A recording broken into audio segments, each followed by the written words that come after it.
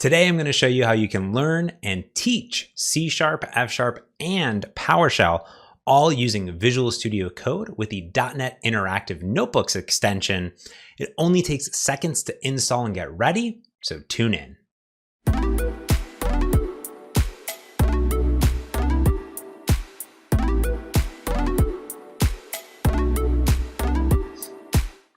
Hey everyone, I'm James Montemagno, and I'm back with another video talking about some previous technology that I was using in the null coalescing video. I'll put a link up over there to talk about that video. And I was using specifically .NET Interactive Notebooks, which is an extension for VS Code, completely for free, that enables you to write basically C#, F#, or PowerShell code chunks, execute them, and also write Markdown side by side as documentation.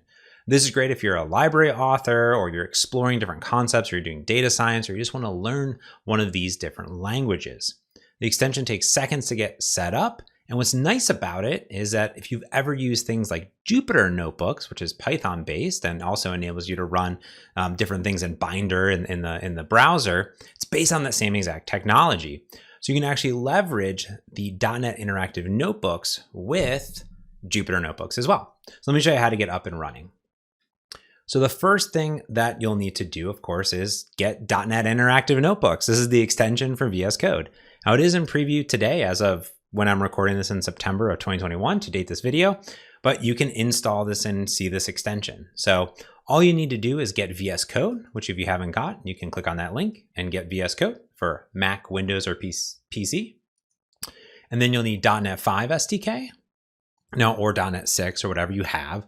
You can always go to .net, click on download, and it'll show you the recommended thing that you need to install. And then you're good to go. You're basically good to go. So let's open up VS Code, and here I am in VS Code. And let's go to the extensions part, Control-Shift-X. I'm gonna type in .NET Interactive. There we go. And .NET Interactive Notebooks is right there. So I'm gonna hit install, and I'm good to go. I'm basically done at that point, which is awesome. So let's go back over to Files, close this down, and I'm going to go to View, Command Palette, Control-Shift-P. Now, with the .NET Interactive extension installed, I get a lot of new options for .NET Interactive, like opening a notebook, saving a notebook, or creating a new blank notebook. Now let me zoom in here because there's actually two file formats that you can use with .NET Interactive Notebooks. The first one on top is DIB or DIB, and this is a .NET Interactive book, I think I'm going to call it. And that is something specific to .NET Interactive Notebooks. It is a Markdown-based file format that gets loaded up.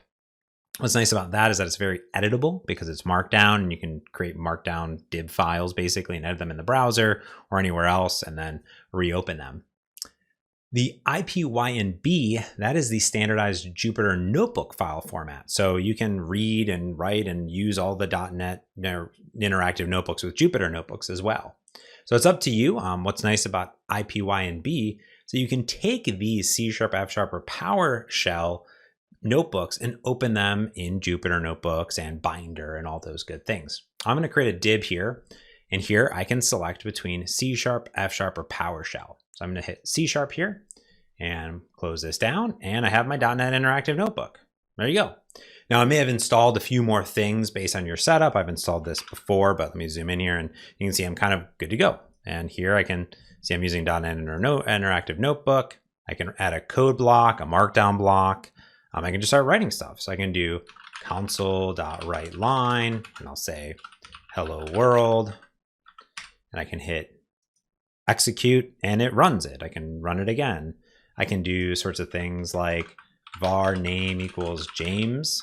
There we go. And I can do string interpolation here.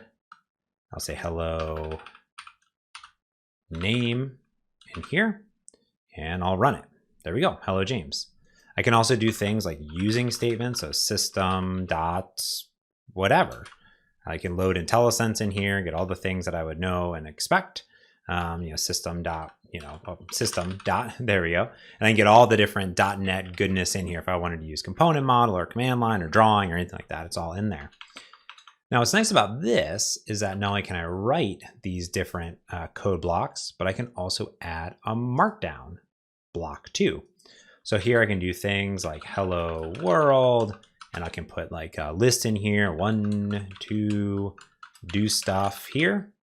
And then I can hit this little checkbox. All right, so what's nice about that is that that little checkbox enables me to actually render that markdown. So that would happen if I was just opening it fresh for the first time. So that's what the user would see. So you could do little challenges in here. You could bring in different libraries into the .NET Interactive Notebook, and you'd be good to go. You could save it. So you can just save it here. I'll save it to my desktop. And now I have a dib file right on my desktop. And that's it. If I close it and I say open file, and I browse here to the dib and open it up, and then we'll see that it opens the .NET Interactive Notebook immediately, and I'm ready to go, which is cool. Now, let's say I also do a new interactive notebook, IPYNB, and I say C# again. Now I have basically, for all intents and purposes, the same exact IPYNB, but it's going to install some other extensions that are required because it could also run Python and other things like that.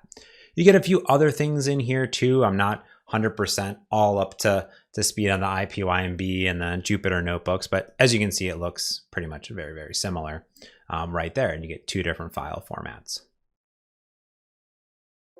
Now you can do a lot more than just write code. In fact, when you go to the repository for .NET Interactive Notebooks, the repo here, you can scroll through and you can see it's actively worked on by the team. The latest release was 3 days ago. And as you scroll down, you'll see all sorts of things about what it's for, how to create one, multi-language. There is some other support for like JavaScript and HTML. They're adding Kusto support and looking at Python and R, so a whole bunch of stuff.